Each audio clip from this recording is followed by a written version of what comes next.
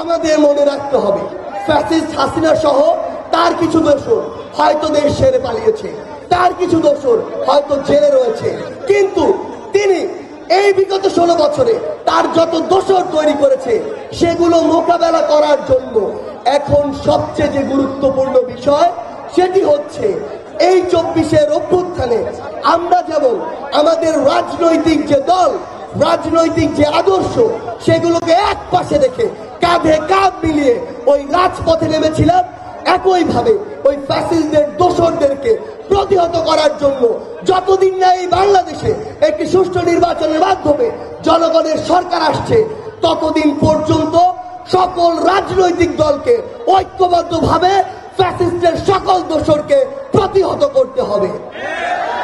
একটা জিনিস মনে রাখবেন, আমরা যারা সকল রাজনৈতিক দল, সকল ছাত্র জনতা মিলে এই ছাত্র জনতার অভ্যুত্থানটি ঘটিয়েছি, আমরা যেই রাজনৈতিক আদর্শেরই হই না কেন, আমরা যদি আজকে নিজেরা নিজেদের মুখোমুখি দাঁড়িয়ে যাই একটি নতুন জনতার সরকার নির্বাচিত হওয়ার পূর্বে, তাহলে ওই ফ্যাসিস্টের দোসররা যারা এখন গর্তে লুকিয়ে আছে, যারা এখন আত্মগোপনে রয়েছে, তারা দুইটা কাজ করবে। এক, আমাদের নিজেদেরকে লাগানোর জন্য তারা সর্বোচ্চ চেষ্টা করবে, নিজেদেরকে মুখোমুখি দাঁড় করিয়ে দিয়ে তারা পিছন থেকে মজা নিবে।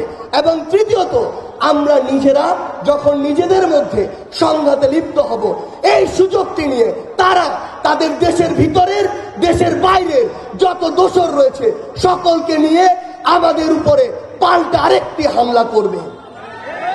গুরুত্বপূর্ণ কথাটি হচ্ছে, পিছন থেকে যেই সাপেরা এখনো ছোবল দেওয়ার জন্য অপেক্ষা করছে তাদেরকে প্রতিহত করার জন্য সবচেয়ে গুরুত্বপূর্ণ বিষয় রাজনৈতিক আদর্শকে এক পাশে রেখে দেশের স্বার্থে, স্বাধীনতার স্বার্থে, বাংলাদেশের জন্য, আমাদের নিজেদের স্বার্থে আবারও 24-এর এই স্পিরিটটিকে সাথে নিয়ে আমাদের যে কোনো মূল্যে ঐক্যবদ্ধ থাকতে হবে। এই যে আন্দোলন, এই আন্দোলন একটি সরকারি বিশ্ববিদ্যালয় থেকে শুরু হলো। এই আন্দোলন কোনোদিন শুধু একটি বিশ্ববিদ্যালয়ের আন্দোলন ছিল না। এই আন্দোলন যেদিন আমি ঢাকা বিশ্ববিদ্যালয় থেকে, আমিও আমার ভাই বোনেরা আমাদেরকে বাধ্য করে বের করে দেওয়া হয়, সেদিন আমরা ভাবছিলাম এই আন্দোলন মনে হয় শেষ হয়ে গিয়েছে, শেষ হয়ে যাচ্ছে। কিন্তু তারপরে আমার প্রাইভেট বিশ্ববিদ্যালয়ের ভাই বোনেরা, স্কুল কলেজ মাদ্রাসার ভাই বোনেরা যেভাবে ঐক্যবদ্ধভাবে এই 17 তারিখে প্রতিহত করেছিল, এই 15 তারিখে আবার নতুন করে নেমেছিল, এই 16 তারিখে যখন তারা ওইভাবে আবার জীবন দেওয়ার জন্য প্রস্তুত হয়েছিল, তখন এই আন্দোলন নতুন করে আবার শুরু হয়েছে।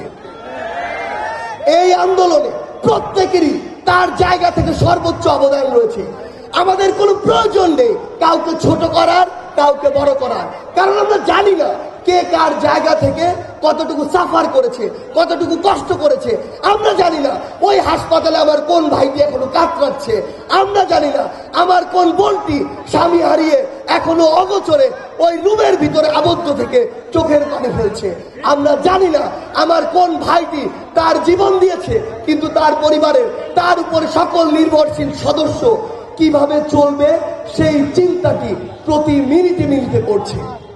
সেই জায়গা থেকে আজকে যদি আমরা আবার ওই রাজনৈতিক আদর্শকে সামনে রেখে বিভাজিত হয়ে নিজেদের মধ্যে এই কাদা ছোড়াছড়ি শুরু করি, তাহলে যেটি হবে, এই যে 24-এর ছাত্র জনতার যে অভ্যুত্থান, এই অভ্যুত্থানের সকল স্পিরিট এই ধুলায় এত সহজেই মিশে যাবে। এবং যেটি আজকে দেখো, আজকে থেকে 50 বছর পরে, 100 বছর পরে যখন বাংলাদেশের ইতিহাস লেখা হবে, তখন আমাদেরকে সেই অংশের অন্তর্ভুক্ত করা হবে যারা একটি স্বাধীনতা সৌভাগ্যক্রমে পেলেও সেটি রক্ষা করতে পারেনি।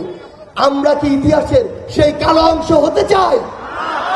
আমরা ইতিহাসের সেই কালপ্রিট হতে চাই? যদি না চাই, তাহলে এই রাজনৈতিক আদর্শ দলাদলিকে এক পাশে রেখে অন্তত যতদিন একটি জনগণের দ্বারা নির্বাচিত সরকার না হচ্ছে, ততদিন আমাদেরকে ঐক্যবদ্ধ থাকতে হবে।